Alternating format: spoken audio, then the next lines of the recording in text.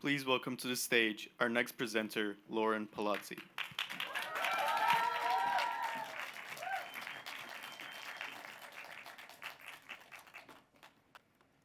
Hello, everyone. Over the past year, I've spoken to a lot of people about heirlooms and the objects that they hold on to.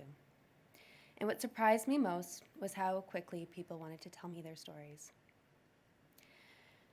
I spoke to a first generation American who was so excited about creating a family tradition that she never had. I spoke to others who were grieving a parent, overwhelmed by the sheer logistics of the things that were left behind.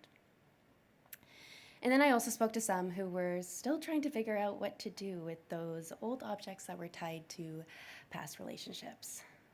But every single person opened up. Because being asked, what do you keep and why, cuts straight to the core of who we are. Psychologists have long understood that object attachment is deeply human. We don't just use things, we project identity onto them. They become anchors for memory. A way of saying, I was here and I mattered. Now, historically, heirlooms served as markers of wealth and status, but scholars of material culture today describe objects as having a kind of cultural biography, accumulating meaning over time as they move through different hands, places, and stages of life. In this view, a wooden chair, a set of gardening tools, or even a mismatched plate can carry just as much weight as any expensive piece of jewelry. Now, the heirlooms I will be discussing with you here today are not the exceptional objects. They are the ordinary ones that became extraordinary through use, through love, and through repetition. However, the conditions that once created heirlooms and ensured continuity no longer exist in the same way. Accelerated consumption, smaller living spaces, globally dispersed families, and a rise in digital culture are eroding the traditions that once structured how we pass things down. And this is creating a very real generational tension. We have the older generation who is downsizing, thinking about their legacy, and asking themselves, who is going to carry my story forward? And then we do have their children who want to honor that, but meaning alone today isn't enough if the object doesn't fit how they actually live.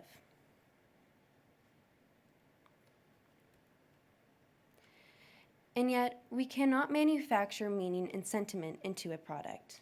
But what we can do is build better systems and frameworks around how we preserve, transfer, and relate to the objects that carry our stories.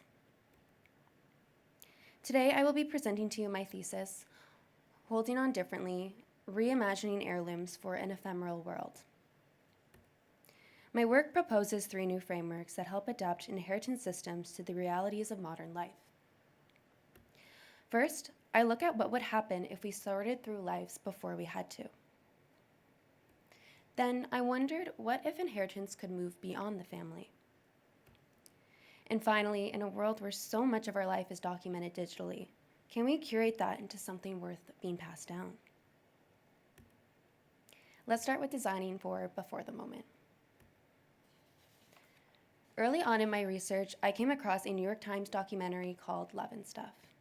It follows a woman sorting through her late mother's apartment here in New York City. She is grieving, while at the same time trying to understand what mattered to her mother after she is no longer there to ask. That reflects a larger shift in inheritance today. As Anne Keto notes, inheritance is no longer always a gradual or intentional process. It often happens under pressure, forcing families to make fast decisions about what to keep and what to let go of. In response, I created Threshold. Threshold is a guided service that helps families navigate their possessions together, while everyone is still present and able to share the stories behind them. It all begins with a conversation.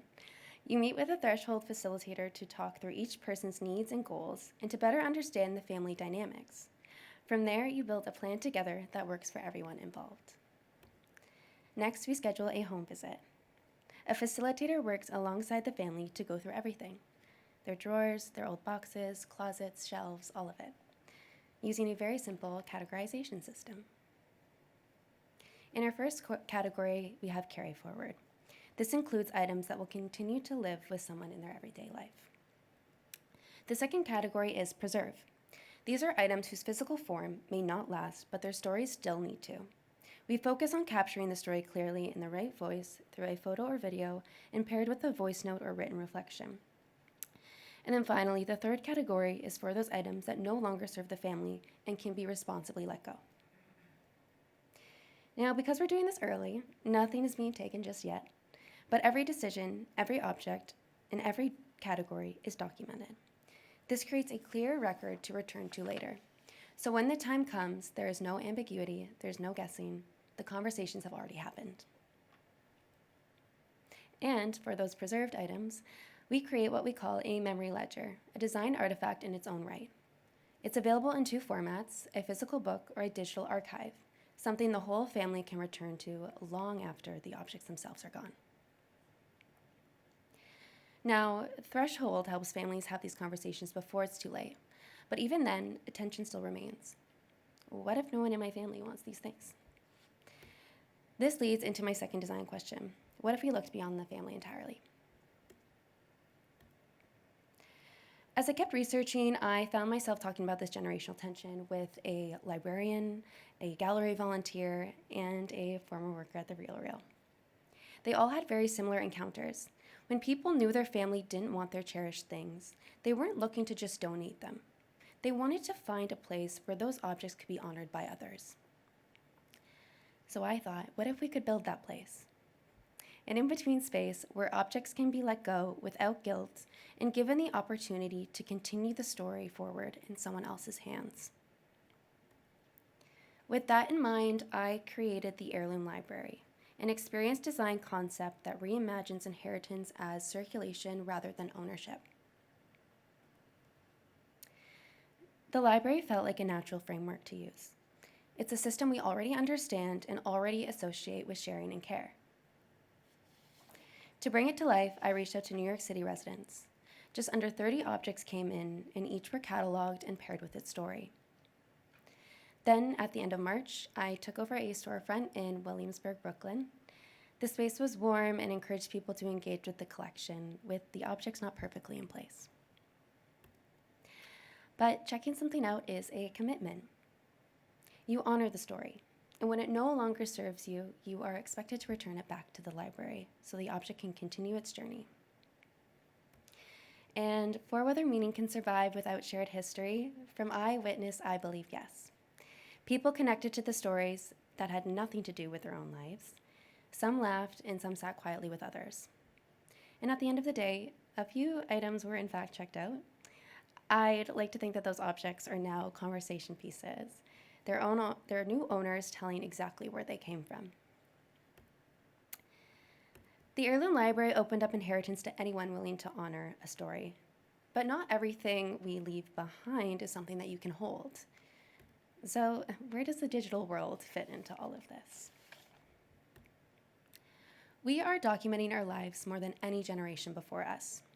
Our memories are being captured constantly and stored in the cloud. In theory, this solves a lot of the problems that came before. There's no physical bulk, there's no arguments over who gets what, and it's accessible from anywhere in the world.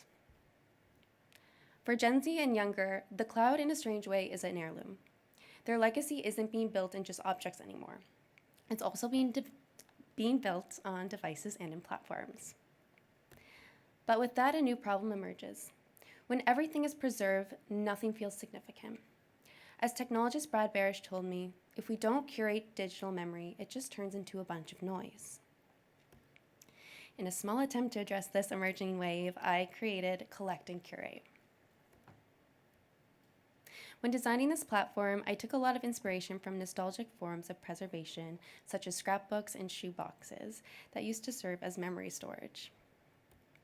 Collect and Curate brings that logic into the digital world, so users can customize their boxes with different colors, text, and even stickers to better capture the feeling and personality of a specific moment in time.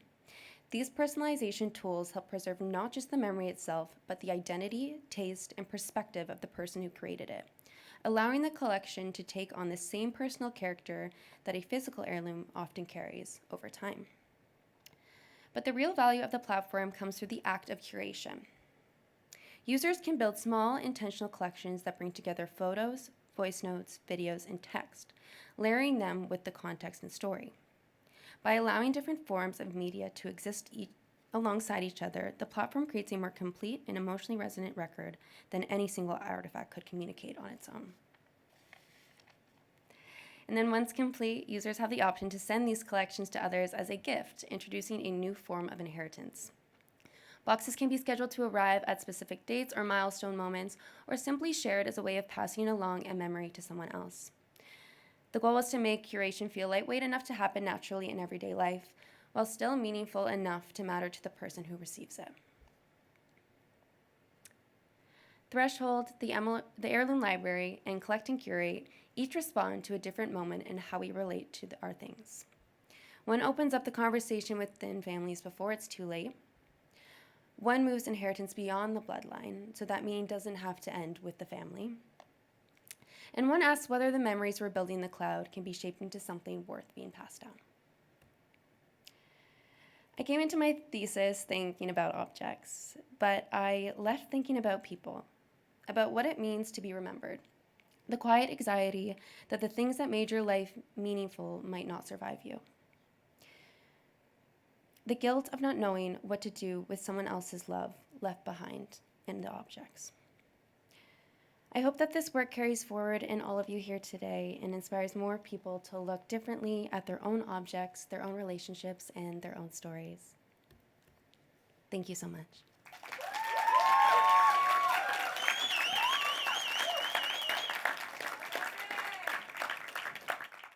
Hi. Hi. So, we're in the pattern recognition business. We're supposed to look at something, identify something, and see if we can create something with predictability. And pretty early on in your exploration, you realized you can't design an heirloom. And it's just too subjective. But you're a stylist, so where are you going with this highly subjective yet needs to be predictable work? Yeah, it's a tough challenge, but I do see there has been a shift today, and they're into this whole customization and personalization. We're seeing the resurgence of things like Delft tiles in the home, and Italian charm bracelets were a huge trend on social media last year. So we are seeing this wave of customization, but I think, and this is the most challenging part, is that it needs to be customized in a way to reflect the person who is holding on to that object. However, it still needs to honor those same stories that came before them. So having these products that can be either adaptable or reimagined into a different form to sort of reflect that is necessary. But it's a tough challenge. Adaptable charm bracelets. I know someone you should talk to. Who? We'll talk. Okay. Beautiful job, Sounds Lauren. good. Thank you so much. so much. Wonderful presentation.